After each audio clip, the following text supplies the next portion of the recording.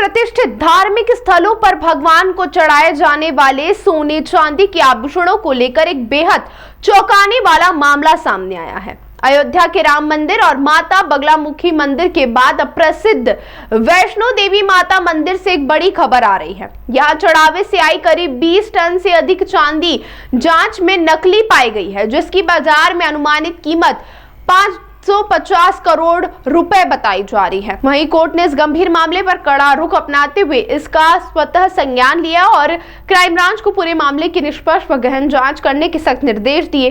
वैष्णो देवी मंदिर के इस बड़े खुलासे के बाद देश के अन्य प्रमुख मंदिरों की सुरक्षा और दान व्यवस्था को लेकर भी चर्चाएं तेज हो गई हैं।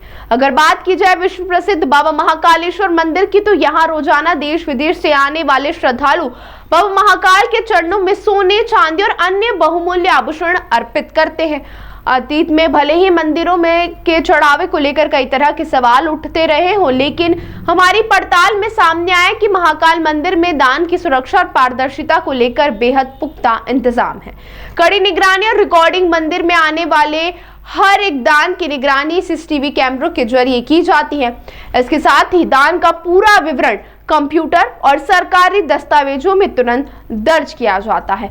मंदिर प्रशासन द्वारा नियुक्त सुनारों की 3 सदस्यीय टीम चढ़ावे में आने वाले आभूषणों का बारीकी से परीक्षण करती है।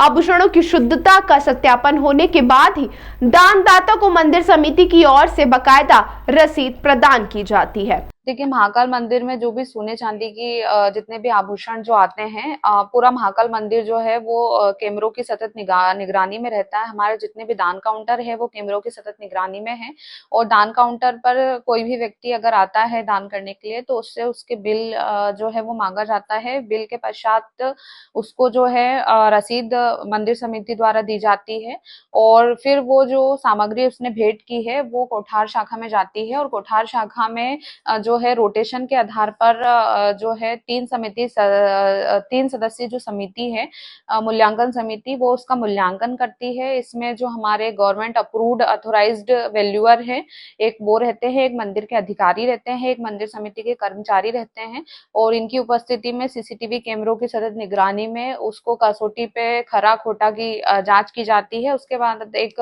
रिपोर्ट तैयार की जाती है जिसमें उसमें जो शुद्ध स्वर्ण या शुद्ध रजत है उसका परसेंटेज अंकित करके उसका मूल्यांकित किया जाता है। तो ये पूरी जो प्रक्रिया है पारदर्शी है और कैमरों के माध्यम से है। मैडम, कितने सालों से ये किया जा रहा है लगभग? देखिए, ये जो प्रक्रिया है जब से मंदिर एक्ट लागू हुआ और कोठार शाखा बनी उसके बाद से ये पूरा अभी वर्तमान तक चल रहा है। एक मशीन भी मंगा रहे हैं जी। क्या?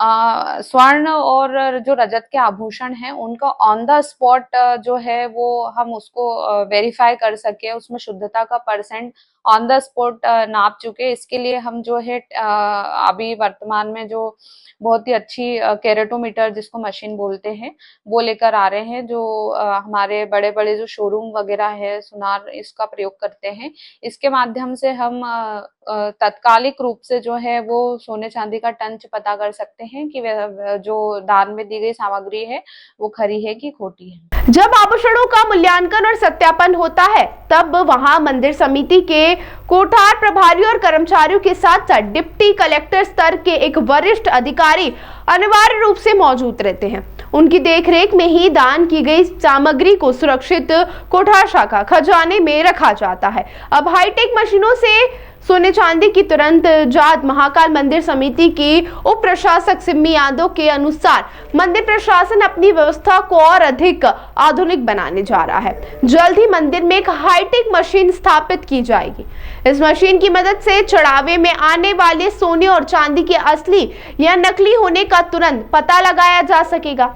इसके साथ ही सुनारों की 3 सदस्यीय टीम भी अपने पारंपरिक अनुभव से आभूषणों की जांच का काम जारी रखेगी, जिससे सुरक्षा का घेरा 2 गुना मजबूत हो जाएगा।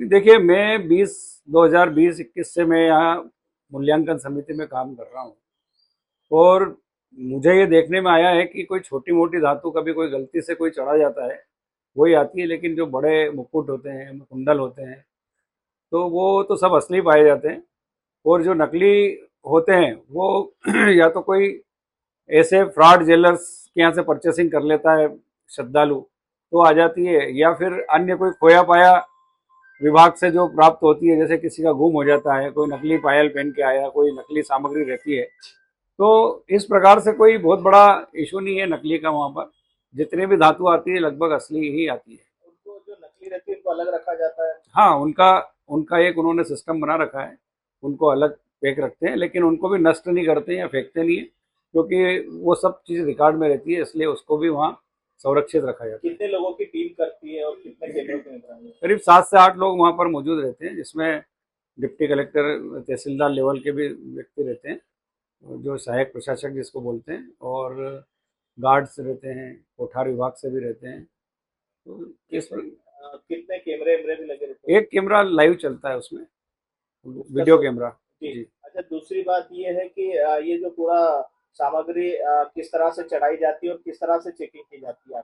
देखिए, श्रद्धालु जब वो सामग्री लेके आता है तो गर्भगृह में भगवान के यहाँ अर्पण करता है, उसके बाद उनको वहाँ रसीद दी जाती है। रसीद देने के बाद वो कोठार शाखा में आता है, और उसके बाद जब हम मूल्यांकन करते हैं, वहाँ पर 3 पदस्थ हैं, तो हमारा एक रोस्टर बना हुआ होता है, उस दिनांक पे हम वहाँ जाकर हमारे हिसाब से चेक करते हैं उनको, क्योंकि वहाँ पर कोई परमानेंट व्यक्ति नहीं रहता है, इसलिए जब हमारे पास हम जाते हैं तभी उस धातु को चेक कर पाते हैं। मूल्यांकन करने वाले शासन से अधिकृत सुनार और विशेषज्ञों ने इस बात का भी खुलासा किया है कि कई बार श्रद्धालु अनजाने में महाकाल दरबार में नकली आभूषण चढ़ा बैठते हैं। इसकी असल वजह यह है कि कोई बेईमानी सराफे व्यापारी, सोने चांदी के दुकानदार ग्राहकों को असली के दाम पर मिलावटी या नकली सामान बेच देते हैं। श्रद्धालु तो अपनी पूरी आस्था और श्रद्धा के साथ अच्छी और असली चीज खरीद कर मंदिर में दान करते हैं, लेकिन बाजार में उनके साथ हुई धोखाधड़ी के कारण वह दान मंदिर के सत्यापन के समय नकली साबित हो जाता है। ऐसे खोटे या नकली पाए जाने वाले आभूषणों को मंदिर समिति के मुख्य खजाने से दूर एक अलग सुरक्षित स्थान पर रख दिया जाता है। हालांकि राहत की बात यह है कि महाकाल मंदिर प्रशासन और अधिकृत सुनार के अनुसार उज्जैन के इस पावन दरबार में अब तक बहुत बड़े पैमाने पर नकली सोना या चांदी आने का कोई मामला सामने नहीं आया है। मंदिर की मौजूदा सतर्कता के कारण हर एक आभूषण की कड़ाई से जांच की जा रही है, ताकि बाबा महाकाल के खजाने की शुद्धता और गरिमा हमेशा बनी रहे। बाबा महाकाल की सेवा में जो सेवार्थी लगे हुए हैं, उसमें सीसीटीवी कैमरे की निगरानी के साथ 3 लोगों की समितियां भी हैं। स्वर्णकार समाज के पारखी जोड़ी यहाँ हैं, वो पूरा जांच करने के बाद ही और प्रत्येक चढ़ावे की राशि का पूर्णता पारदर्शिता के साथ में सीसीटीवी कैमरे की निगरानी में जांच होती है। बाबा महाकाल का आशीर्वाद पूरी सृष्टि के ऊपर तो है, उज्जैन वासियों के ऊपर भी है, और उसी के कारण प्रतिदिन मेरे बाबा के दर्शन करने लगभग 2-2.25 लाख दर्शनार्थी प्रतिदिन दर्शन करने के लिए आते हैं। उज्जैन के निवासी उनकी सेवा के लिए, उज्जैन के सेवक उनकी सेवा के लिए तत्पर रहते हैं, और पूरी पारदर्शिता के साथ में आने पाई का पूर्णता व्यवस्थित हिसाब होता है। मैं सारे महाकाल मंदिर परिसर में सेवार्थियों का मन की गहराइयों से अभिनंदन करता हूँ, स्वागत करता हूँ, और हम सब बाबा महाकाल की कृपा से कृपा सब पर बनी रहे और हम सब बाबा की सेवा में सदा लगे रहे, ऐसी भगवान से प्रार्थना करता हूँ।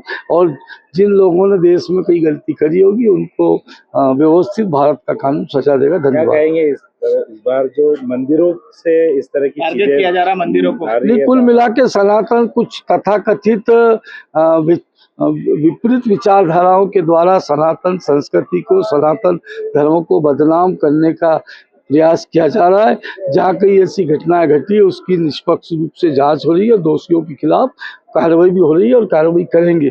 और मेरे बाबा की कृपा तो सबके ऊपर है, और यहाँ बाबा की कृपा सबके ऊपर बनी रहे, पूरी पारदर्शिता के साथ निरंतरता से काम होता है। धन्यवाद। महाकाल मंदिर में चढ़ावे की पारदर्शिता पर उठे सवालों के बीच मंत्री ने कहा कि मंदिरों में हर चढ़ावे की सीसीटीवी निगरानी और 3 सदस्यीय समिति की मौजूदगी में जांच होती है।